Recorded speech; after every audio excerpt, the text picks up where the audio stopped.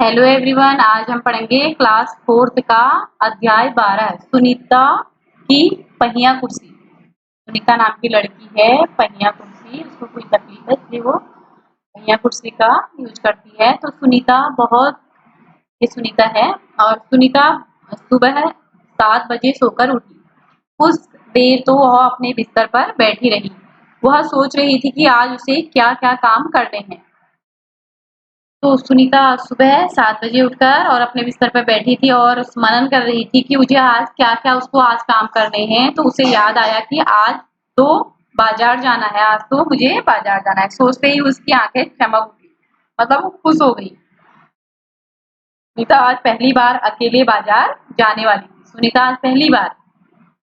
आज पहला दिन था उसका कि जो पहली बार उसको बाजार जाने का मौका मिल रहा था। तो उसने अपनी टांगों को हाथ से पकड़कर खींचा और उन्हें पलंग से नीचे की ओर लटकाया। फिर पलंग का सहारा लेती हुई वह अपनी पहिया कुर्सी पर बढ़ी। तो उसको अपनी टांगों में मतलब उसके प्रॉब्लम थी और इसने उसने क्या किया, उसको सहारा देकर नीचे लटकाया और पलंग के सहारा लेकर वो नीचे अपने पहिया कुर्सी की ओर बढ़ी। तो सुनीता चलने फिरने के लिए पहिया कुर्सी की मदद लेती थी। तो पहिया कुर्सी जो थी वो उसकी सहायता लेती थी। आज वह सभी काम फुर्ती से निपटाना चाहती थी। आज जितने भी काम है उसके वो उसे कैसे निपटाना चाहती थी, फुर्ती से जल्दी से निपटाना चाहती थी। हालांकि कपड़े बदलना, जूते पहनना आदि उसके लिए कठिन काम है। ये सब उसके लिए कठिन काम है, पर अपने रोजाना के काम करने के लिए उसने स्वयं ही कई तरीके ढूंढ निकाले थे। तो अपने रोजाना के काम करने के लिए उसने स्वयं ही कई तरीके मतलब कई उपाय ढूंढ निकाले थे, खोज निकाले थे। 8 बजे तक सुनीता नहा धोकर तैयार हो जाती थी। वह समय की इतनी पाबंदी थी कि 8 बजे तक वह नहा धो के रोज तैयार हो जाती थी। माँ ने मेज पर नाश्ता लगा दिया था। ये सुनीता की माँ है और ये सुनीता है, तो उसकी पहिया कुर्सी में बैठी हुई है वो नाश्ते की टेबल पर। तो माँ ने मेज पर नाश्ता लगा दिया था। माँ अचार की बोतल पकड़ाना, सुनीता ने कहा। तो उसने अचार खाने की ख्वाहिश जताई तो उसने कहा कि अचार की बोतल पकड़ाना। तो अलमारी में रखी है, उसने कहा कि अलमारी में रखी है, ले लो। तो माँ ने रसोई घर से जवाब दिया। सुनीता खुद जाकर अचार ले आई। तो नाश्ता करते करते उसने पूछा, माँ बाजार से क्या क्या लाना है। तो उसने इतने में पूछा कि माँ बाजार से क्या क्या लाना है। तो 1 किलो चीनी लानी है, पर क्या तुम अकेले संभाल लोगी। उसने कहा कि 1 किलो चीनी लानी है बाजार से। तो अब सुनीता को प्रॉब्लम थी तो उसने पूछा कि क्या तुम ये सब अकेले संभाल लोगी। पक्का, सुनीता ने मुस्कुराते हुए कहा। सुनीता ने अपने चेहरे पर हंसी बिखेरी और हंसी बिखेरते हुए कहा कि हाँ। तो सुनीता ने माँ से झूला और रुपया लिए और अपनी पहिया कुर्सी पर बैठकर वह बाजार की ओर चल दी। सुनीता ने माँ से झूला और रुपये लिए और अपनी पहिया कुर्सी पर बैठी और बाजार की ओर चल दी। सुनीता को सड़क की जिंदगी देखने में मजा आता था। उसे सड़क की जिंदगी देखने में बड़ा मजा आता था। क्योंकि आज छुट्टी थी, इसीलिए हर जगह बच्चे खेलते हुए दिखाई दे रहे हैं। तो सुनीता थोड़ी देर रुककर उन्हें रस्सी कूदते गेंद खेलते देखती रही। तो सुनीता थोड़ी देर रुककर उनको देखती रही क्योंकि वो घर से पहली बार बाहर निकली थी। तो जो छुट्टी का भी दिन था इसलिए बच्चे उसे सारे दिखाई दिए। तो वह थोड़ी उदास हो गई, थोड़ी उसको निराशा आई उसके फेस पे। वह भी उन बच्चों के साथ खेलना चाहती थी और खेल के मैदान में उसे एक लड़की दिखी जिसकी माँ उसे वापस लेने के लिए आई थी। तो दोनों एक दूसरे को टुकुर टुकुर देखने लगे। टुकुर टुकुर मतलब एकटक देखने लगे दोनों एक दूसरे को। वो लड़की भी जिसको उसकी माँ लेने आई थी और सुनीता भी। फिर सुनीता को एक लड़का दिखा। उस बच्चे को बहुत सारे बच्चे छोटू छोटू बुलाकर चिढ़ा रहे थे। तो एक और दिखा सुनीता को, तो वो उसे सब छोटू छोटू करके चिढ़ा रहे थे, उसके साथ मजाक कर रहे थे। उस लड़के का कद बाकी बच्चों से थोड़ा छोटा था तो इसलिए उसको छोटू छोटू करके चिढ़ा रहे थे। सुनीता को यह सब बिल्कुल भी अच्छा नहीं लगा। सुनीता को उनकी ये मजाक और इस तरह चिढ़ाना बिल्कुल भी पसंद नहीं आया। तो रास्ते में कई लोग सुनीता को देखकर मुस्कुराए, मतलब हंसे उसको देख के, जबकि वो उन्हें जानती तक नहीं थी।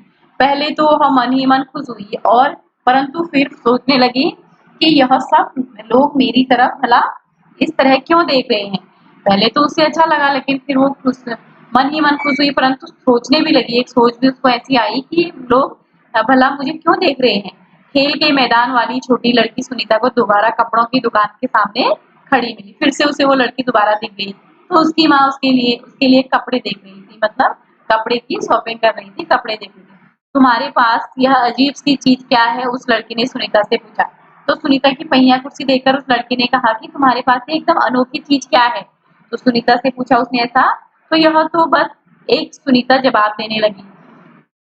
परंतु वह लड़की की माँ ने गुस्से में आकर लड़की को सुनीता से दूर हटा दिया। तो उसकी माँ ने एकदम सुनीता से उसको दूर हटा दिया, कहा कि इस तरह का सवाल नहीं पूछना चाहिए फरीदा, अच्छा नहीं लगता है। माँ ने कहा इस तरह का सवाल नहीं पूछना चाहिए। फरीदा ने ऐसा कहा तो मैं दूसरे बच्चों से अलग नहीं हूँ। उसने कहा कि मैं तो दूसरे बच्चों से अलग नहीं हूँ। तो सुनीता ने दुखी होकर कहा उसे फरीदा की माँ का व्यवहार बिल्कुल भी समझ में नहीं आया। तो उसको फरीदा की माँ का जो व्यवहार था, उनका जो बर्ताव था, वो बिल्कुल भी पसंद नहीं आया। तो अंत में सुनीता बाजार पहुंच गई और दुकान में घुसने के लिए उसने सीढ़ियों पर चढ़ना शुरू किया। तो उसके लिए यह कर पाना थोड़ा मुश्किल था, क्योंकि उस व्हील चेयर में थी वो, इसलिए मुझे थोड़ा दिक्कत थी। तो उसे मुश्किलों का सामना करना पड़ रहा था। तो आसपास के सब लोग जल्दी में थे, किसी ने उसकी तरफ ध्यान नहीं दिया। तो अचानक जिस लड़के को छोटू कहकर चिढ़ाया जा रहा था, वह उसके सामने आकर खड़ा हो गया। तो जिसे छोटू छोटू कहा जा रहा था, चिढ़ाया जा रहा था, जिसको सुनकर सुनीता को बिल्कुल भी अच्छा नहीं लगा। तो उसने कहा मैं अमित हूँ, अपना परिचय दिया और अपना परिचय दिया। क्या मैं तुम्हारी कुछ मदद करूं? क्या मैं तुम्हारी कुछ सहायता करूं? मेरा नाम सुनीता है। सुनीता ने राहत की सांस ली, मतलब उसे थोड़ा आराम मिला और मुस्कुराकर बोली, पीछे के पैंडल को पैर से जरा दबाओगे? उसने उससे हेल्प ली कि जो पीछे का जो पैडल है उसे थोड़ा सा क्या तुम पैर से दबाओगे? तो हाँ हाँ जरूर, कहते हुए अमित ने पहिया कुर्सी को टेढ़ा करके उसके अगले पहिए को अगली सीढ़ी पर रखा और फिर उसने पिछले पहिए को भी, उसने फिर वो जो पिछला पहिया है, इधर सुनीता है, मिठाई की दुकान है, साफ की दुकान, और ये सुनीता है, उसने पीछे जो पैडल है उसमें थोड़ा सा अपना पैर से उसको सहारा देते हुए उसकी मदद की और फिर कहा कि ऊपर चढ़ाया। और सुनीता ने अमित को धन्यवाद दिया और कहा अब मैं दुकान तक खुद चल सकती हूँ, क्योंकि उसने उसको थोड़ा सहारा दे दिया था। उसने कहा कि मैं अब अपने आप जा सकती हूँ। तो दुकान में पहुंचकर सुनीता ने 1 किलो चीनी मांगी और दुकानदार उसे देकर मुस्कुराया। चीनी की थैली पकड़ने के लिए उसने हाथ आगे बढ़ाया ही था कि दुकानदार ने थैली उसकी गोदी में रख दी और सुनीता ने गुस्से से कहा मैं भी दूसरों की तरह, मैं भी मतलब दूसरों की तरह खुद अपने आप सामान ले सकती हूँ। तो मैं भी दूसरों से मतलब अपने आप सामान ले सकती हूँ। उसे मतलब ऐसे दूसरे के उसमें अजीब सा लगा। उसने कहा कि मैं खुद से सामान ले लूंगी। उसे दुकानदार का व्यवहार बिल्कुल भी अच्छा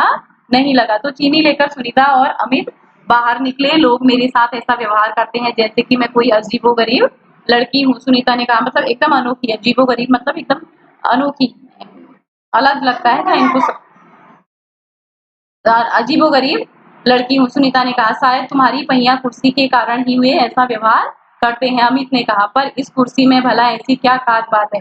तो इस कुर्सी में भला ऐसी क्या बात है? तो मैं बचपन से ही इस पर बैठकर इसे चलाती हूँ, सुनीता ने कहा। अमित ने पूछा पर तुम इस पर क्यों बैठती हो? मैं पैरों से चल नहीं सकती। इस पहिया कुर्सी के पहियों को घुमाकर ही मैं इस पहिए कुर्सी को ही घुमाकर मैं चल फिर पाती हूँ, लेकिन फिर भी मैं दूसरे बच्चों से थोड़ा सा अलग नहीं हूँ। मैं अपने काम सारे अपने हाथ से कर लेती हूँ, तो मैं दूसरे बच्चों से अलग नहीं हूँ। मैं वे सारे काम कर सकती हूँ जो दूसरे बच्चे कर सकते हैं। तो सुनीता ने कहा। अमित ने अपना सिर ना में हिलाया और कहा मैं भी वे सारे काम कर सकता हूँ जो दूसरे बच्चे कर सकते हैं, पर मैं भी दूसरे बच्चों से अलग अलग हूँ। इसी तरह तुम भी अलग हो, उसने कहा। उसने समझाया उसको, इसीलिए तुम भी अलग हो। तो सुनीता ने कहा नहीं, हम दोनों एक दूसरे जैसे ही हैं। अमित ने दोबारा अपना सिर ना में हिलाया और कहा देखो तुम पहिया कुर्सी पर बैठकर चलती हो, मेरा कद बहुत छोटा है। हम दोनों ही काफी बाकी लोगों से कुछ अलग हैं। सुनीता कुछ सोचने लगी। उसने अपनी पहिया कुर्सी आगे की ओर खिसकाई। अमित भी उसके साथ साथ चलने लगा। सड़क पार करते समय सुनीता को फरीदा फिर नजर आई। इस बार फरीदा ने कोई सवाल नहीं पूछा और अमित झट से सुनीता की पहिया कुर्सी के पीछे चढ़ गया। फट झट से मतलब जल्दी से सुनीता की पहिया कुर्सी के पीछे चढ़ गया। फिर दोनों पहिया कुर्सी पर सवार होकर तेजी से सड़क पर आगे बढ़े और फरीदा भी उसके साथ साथ दौड़ी। इस बार भी लोगों ने उन्हें घूरा, परंतु अब सुनीता को उसकी परवाह नहीं थी। लोगों ने फिर भी घूरा उनको, लेकिन सुनीता को उसकी परवाह नहीं थी। तो इसके क्वेश्चन आंसर हम अगले भाग में करेंगे। Thank you.